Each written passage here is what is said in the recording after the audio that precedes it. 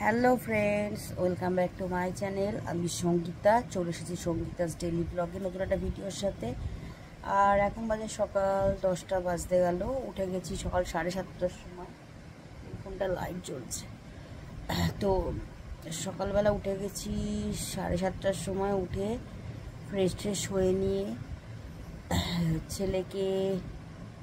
ছেলের জন্য টিফিন বানিয়ে, সকালবেলা ছেলে আছে পাস্তা নিয়ে গেছে টিফিনে, তো পাস্তা বানিয়ে তারপরে ছেলেকে দুধ আর দুধের সাথে যেটা খায় পিডিয়াশিওর, সেটা খাইয়ে দাইয়ে দিয়ে রেডি সেডি করে স্কুলে পাঠালাম। নিয়ে চা খেলাম, চা ঠাকে স্কুল থেকে দিয়ে চলে আসলাম। তো স্কুলে আজ যেতে চাইছিল না ওরা, যে স্কুলে যাওয়ার জন্য যে কেন ওরা যে ভীমরতি চেপেছিল যে স্কুল যাব না। তো একটু বুঝিয়ে নিয়ে একটু ভালো করে বোঝালাম, বুঝে গেছে। তো ওইভাবে স্কুলে পাঠিয়ে দিয়েছি।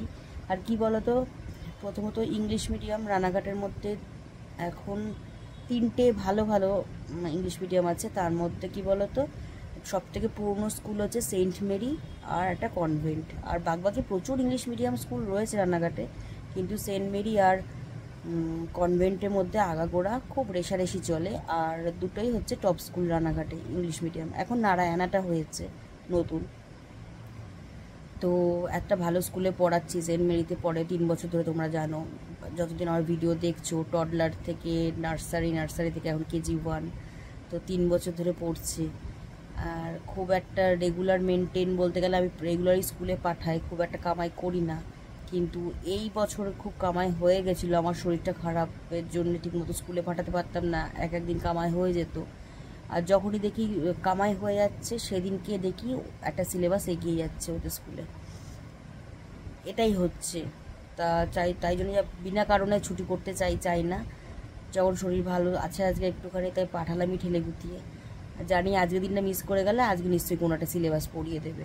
আর স্কুলে এমনভাবে পড়িয়ে দেয় ওরা, অনেকটাই মুখস্থ পড়িয়ে দেয়, বাড়িতে যেন অল্প পড়ালেই হয়ে যায়। তো বাড়িতে ম্যাম আছে একটা, তো এই জন্য স্কুল কামাইটা করাতে চায় না। আর ড্রয়িংয়েও দিয়ে দিয়েছি আমার এই বান্ধবীর কাছে। হ্যাঁ, এই তো ব্যাপার। তাই স্কুলে পাঠিয়েছি, জানি আবার কি মিস হয়ে যাবে, পড়ার জানতে পারবে না, তাই জন্য পাঠিয়েছি। আর আসার সময় না, আজকে অনেকদিন ধরে না, অনেকদিন পরে আজ পরোটা খাবো ইচ্ছা হচ্ছিলো। দোকানের আমার শ্বশুরবাড়ির পাড়ার ওদিকে একটা পরোটার দোকান আছে, সেখানকার পরোটা আমি খুব ভালো খেতাম। তো সেখানে 2টো পরোটা নিয়ে এসেছি আর ঘুগনি নিয়ে এসেছি, সেটাই খাবো সকালে টিফিন। তারপরে ওষুধপত্র খেয়ে রান্না করতে যাব। তো আজ শুরুতে অনেক বকবক করে ফেললাম। তো সারাদিনে দেখো কী করি না করি, অবশ্যই তোমাদের সাথে শেয়ার করব। আর আমারও না ছেলে ঠান্ডার লাগাটা কমে গেছে অনেকটা ওষুধ খাওয়ানোর পরে। এখন দেখছি আমার ঠান্ডা লেগেছে, নাকের ভেতর জ্বলে যাচ্ছে, নাক দিয়ে জল পড়ছে, হাঁচি হচ্ছে, গলা খুসখুস করছে। এখন দেখি এই সিমটমগুলো আমার হচ্ছে। বাবু শুনে বলছে কি, তাহলে তাহলে তুমি আমার ঠান্ডা লাগার ওষুধটা খেয়ে নাও। আর যদি কাজ হতো তাহলে তো হয়েই যেত। তো যাই হোক, সারাদিনে কী করি না করি তোমাদের সাথে অবশ্যই শেয়ার করবো। বিছনাপত্র এখনো তুলিনি, দেখো সব লন্ডভন্ড হয়ে আছে। তো 1টা বাজতে গেল, আর আমি 12টার সময় রান্না করতে এসেছিলাম। আসল টিফিন খাওয়ার পরে একটু ঘুমিয়ে পড়েছিলাম। কী জানি না, শরীরটা খুব ঝিমঝিম লাগছে, হয়তো ঠান্ডা লেগেছে এই জন্যে। আর কি রান্না করছি, ফার্স্টে মাকে বলেছেন যে সিদ্ধ ভাত করি। সিদ্ধ ভাত হলে তো বাবাও ভালো খায় আর আমাদের জন্যও ভালো, যেহেতু আমারও সমস্যা আছে। তারপরে ভেবে দেখলাম যে ছেলেটা আমার সিদ্ধ ভাত খেতে একদম পারে না, খায় মাঝে মাঝে শখে পড়ে 1-2 দিন, কিন্তু খাবে না। আজকে যেহেতু শুনে গেছে আমি ছানার তরকারি করবো। তো দেখো তোমাদের কি করেছি না করেছি। এখানে না আলু পটল দিয়ে পাতলা ঝোল করেছি, নিরামিষ হবে এটা। আলু পটল দিয়ে পাতলা ঝোল করেছি, আর সাথে এই ছানার বড়াগুলোকে ভেজে রেখেছিলাম। এটা ভালো করে সিদ্ধ হয়ে গেলে তারপরে নামিয়ে দিয়েই, ঢেলে দিয়েই বড়াগুলো ঢেলে দেবো এর মধ্যে, ঢেলে দেওয়ার পরে নামিয়ে দেবো। আর এখানে ভাত ফুটে গেছে। তো এই আজকে আমাদের দুপুরের হচ্ছে লাঞ্চ। শরীর খারাপ থাকলে আর কিছু করতে ইচ্ছে করে না, তো আমার অবস্থা হয়ে যাচ্ছে সেই রকম। আর আজকে অনেকগুলো কাজ ছিল বলে মা আজকে রান্নার দিকে আসতেও পারেনি, যে আমার শরীরটা খারাপ বলে মা আসবে, সেটাও হয়নি। মারা যে প্রচুর এই কদিন বৃষ্টি হয়েছে, প্রচুর জামা কাপড় জমে গেছিলো, সেসব কাছাকাছি করলো। তারপরে বাসন ছিল 1 গাদা। সকালে আজকে বাবা পুজো করতে চলে গেছে, তাই জন্য আরও বেশি বেলা হয়ে গেছে সব কাজ সারতে। কারণ বাবাকে সকালবেলা আগে ছেড়ে দিয়েছে চা ঠা করে, তারপরে মার বাসি গাছে করতে, তাই লেট হয়ে গেছে। আবার কেউ কমেন্ট করো না যে আমি সকালে এই জামাটা পরে ছেলেকে দিতে গেছিলাম আর এটা পরে রান্না করছি। আসলে তা নয়, আমি সকালবেলা ছেলেকে দিয়ে আসার পরে তোমাদের সাথে একটু কথা বলার পরে চেঞ্জ করে তারপর রান্না বান্না করেছি, করার পরে আবার এখন জামা কাপড়টা পরে নিলাম। ছেলেকে আনার টাইম হয়ে গেছে, তো গ্যাসটাকে কমিয়ে দিয়ে যেতে হবে। ভাতটাকে জাস্ট উপর দিয়ে যাবো যাতে গলে যাবে না হলে। আর তরকারিটা হতে হতে আমি চলে আসবো। এখন যেহেতু আমাকে একা নিয়ে যায় টোটোর গাড়ি, তা যাই আর আসি 10 মিনিটের মধ্যে হয়ে যায়। তো দেখি কখন আসি, যতক্ষণ রান্নাটা করা এগোনো যায়। আর যে বৃহস্পতিবারের পুজো আছে, মায়ের যে মন্দিরে চাপ, মন্দিরে গেল। বাবা সকালবেলা নারায়ণ পুজোটা করে দিয়ে গেছে, নারায়ণ স্নান টান যেগুলো থাকলে সেগুলো বাবা করে দিয়ে গেছে, আর বাকি কাজগুলো এখন মা গিয়ে করবে। শরীরটা সত্যি ভালো লাগছে না, কেমন যেন ঝিমঝিম ঝিমঝিম লাগছে। তো দেখা যাক সারাদিনে কি করি না করি, জানি কিছুই করার নেই। আজকে শরীরটা যখন ম্যাচ করছে আজকে কিছুই ভালো লাগবে না, তবু দেখা যাক।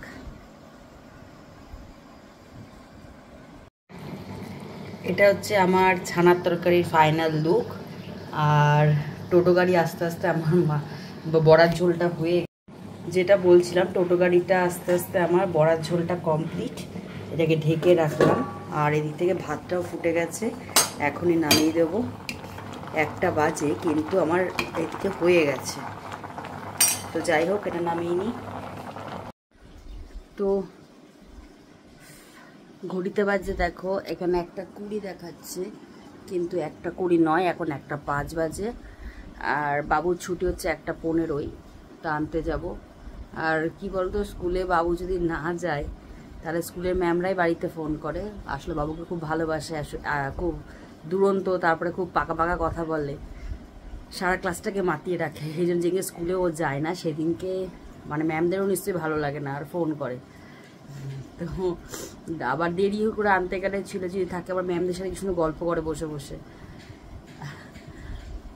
তো অনেক সময় ভাবি কি বলতো, স্কুলটা চেঞ্জ করে দিয়ে অন্য কোথাও ভর্তি করব। কারণ কি বলতো, এই ইংলিশ মিডিয়ামে যেটা দিয়েছি সেখানে না প্রচুর খরচ, মানে প্রচুর কস্টলি সব কিছু। 2 দিন পর পর এটা লাগবে, ওটা করতে হবে, সেটা করতে হবে, সেটা লাগবে, সেটা কিনতে হবে। আজকে হোয়াইট ডে, তার জন্য সব কিছু হোয়াইট লাগবে, bag white, dress white, tiffin white, tiffin box, জলের বোতল সব হোয়াইট। আবার রেড ডের দিনকে রেডের সব কিছু, ইয়েলো ডের দিনকে ইয়েলো ডের সব কিছু। তারপর আদার্স তো টুকিটাকি পড়াশোনার এই যে কম্পিটিশানগুলোতে নাম দেবে সেইগুলোর জন্য আলাদা খরচ। এরমভাবে না প্রচুর খুচকাজ করে খরচ যায়।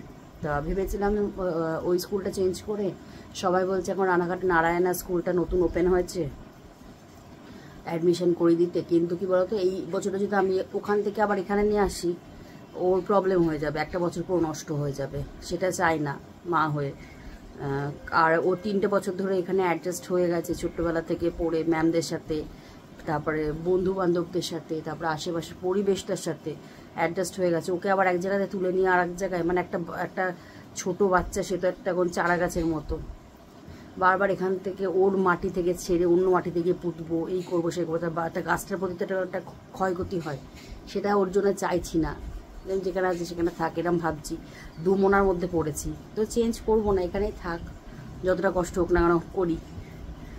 সব বাবা মাই তো চাই যে ছেলে মেয়ে ভালো পড়াশোনা করুক, ভালো মানুষের মতো মানুষ হোক, সেটা আমরাও চাই, আমার বাড়ির লোকেরাও চাই, মা বাবাও চাই।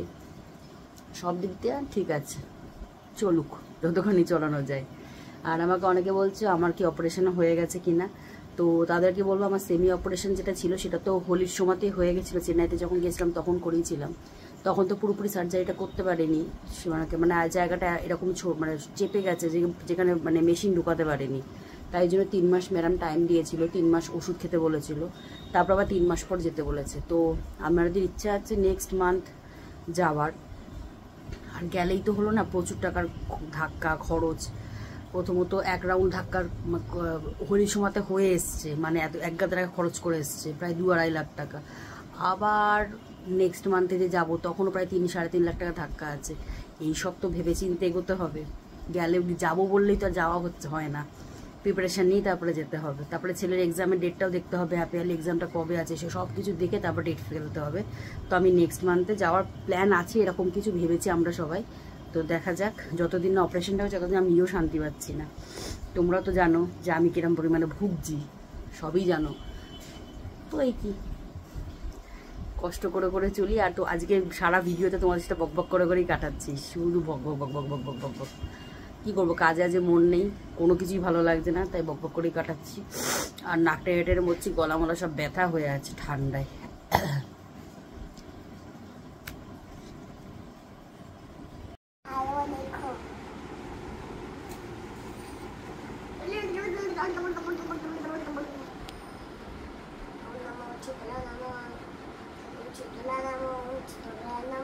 জল মিষ্টি কখন দিবি?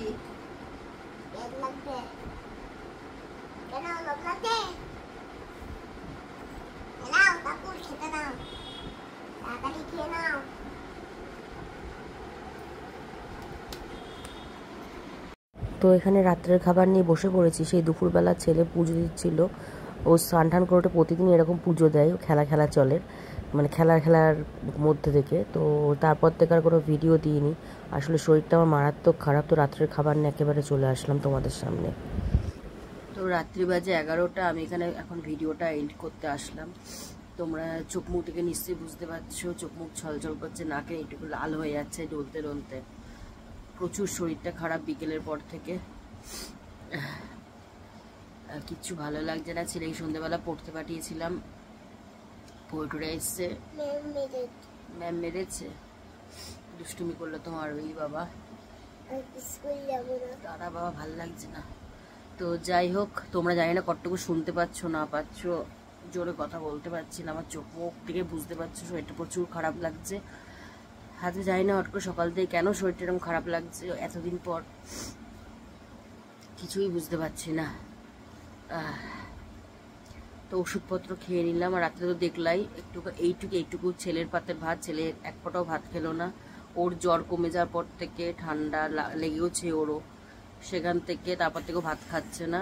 এইটুকু ভাত ওর জন্য মেখেছিলাম, এক হাতা ভাত, সেটা খাইনি, এক গালও খাইনি, মুখে ঢুকাতেই পারিনি। তো সেই ভাতটাই আরেকটু চটকে নিয়ে ওর মধ্যে আরেকটু ডাল দিই, সেটাই আমি খেয়ে নিলাম। ছোটো ছোটো দু চারটে পকোড়া ছিল, পকোড়া বলতে কি পকোড়া হয়, যাই হোক, চানা না। তো ওই পকোড়া দিয়ে ভাতগুলো ভরিয়ে খেয়ে নিলাম। মুখে কোনো স্বাদ নেই, কিচ্ছু ভালো লাগছে না, তার মধ্যে তো শরীরের এই প্রবলেম তো রয়েছে। তো যাই হোক, তোমাদের এরকম আতখ্যাপচা ভিডিও দিলাম, তার জন্য অনেক সরি। আর কিছু করার নেই, মাথা ছিঁড়ে পড়ছে, কথা বলতে ইচ্ছা করছে না, তা আমি এখনই ঘুমিয়ে পড়বো।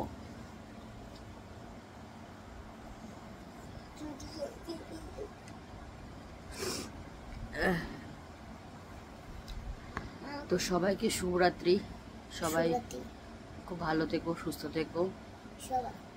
ছোটরা আমার ভালোবাসা নিও, বড়রা আমার প্রণাম নিও। এই বলে ভিডিওটা আমি শেষ করছি। কালকে দেখা যাক শরীর কিরাম থাকে না থাকে, তোমাদের অবশ্যই তোমাদের ভিডিও শেয়ার করবো।